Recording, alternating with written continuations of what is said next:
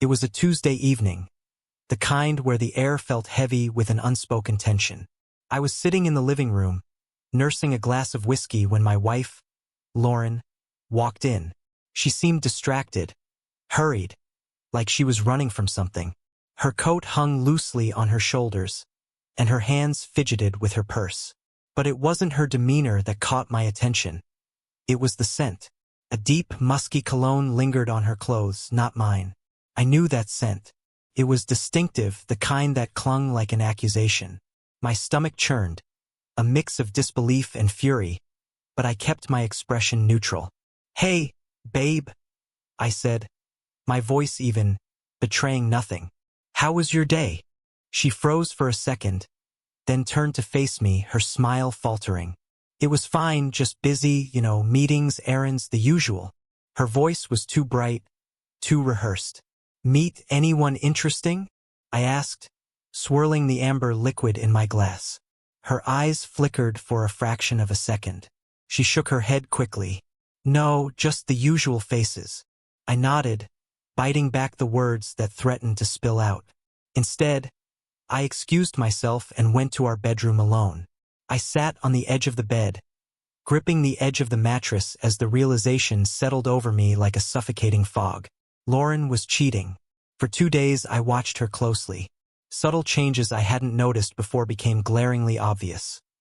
The sudden late-night work meetings, the extra care she put into her appearance, the way she guarded her phone like it held state secrets.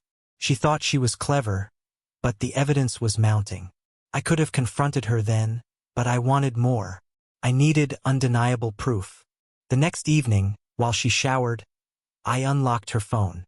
Months of trust had left me with her passcode, though I felt like a thief as I scrolled through her messages. It didn't take long to find what I was looking for. The name Mark appeared more times than I could count. The texts were flirtatious at first, then explicit. I read with a growing knot in my chest, each word cutting deeper. There were pictures too, ones that left no room for interpretation. My hand trembled as I put the phone back where I found it. I had all the proof I needed, but I didn't want a confrontation. I wanted revenge. The plan began to form that night as I lay beside her, pretending to sleep. I thought of all the ways I could make her pay, but one stood out. I wasn't going to yell or scream or even cry. I was going to destroy the life she had so carefully built behind my back. The next morning, I called in sick to work and spent the day preparing. I gathered every shred of evidence from her phone and backed it up. Photos, texts, call logs. I even hired a private investigator to tail her and her lover.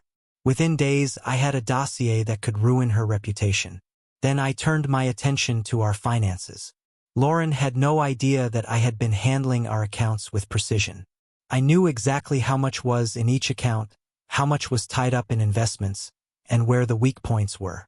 Over the next week, I quietly transferred money out of our joint account into one solely under my name. I canceled her credit cards, ensuring she wouldn't notice until it was too late. While I worked in the shadows, I played the doting husband. I brought her flowers, cooked her favorite meals, even planned a weekend getaway. She seemed wary at first, perhaps sensing a change in me, but she quickly relaxed, thinking she had me fooled.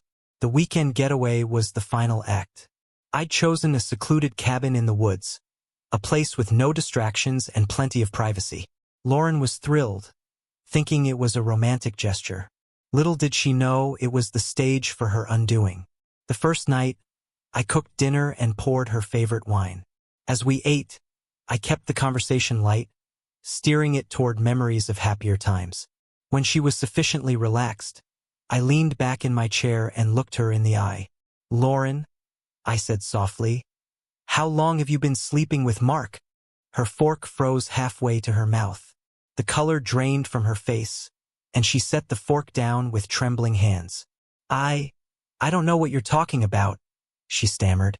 I pulled out my phone and slid it across the table. The screen lit up with her incriminating texts and photos. Her eyes widened as she scrolled through the damning evidence. "It's not what it looks like," she whispered, tears welling up. "Don't insult me by lying," I said, my voice cold. "I know everything." She broke down then, sobbing and begging for forgiveness. She swore it had been a mistake, that it was over, that she loved me. But her words were empty, and I had no intention of forgiving her. "You want to talk about love?" I said, standing up. "Love doesn't betray. Love doesn't humiliate. Whatever this was, it wasn't love." She reached for me, but I stepped back, shaking my head. "You should know," I continued. "I've already filed for divorce. Everything you've done, every penny you've spent on him, every lie you've told, it's all documented." Her sobs turned into panicked gasps. "Please don't do this," she begged. "I'll do anything to fix this.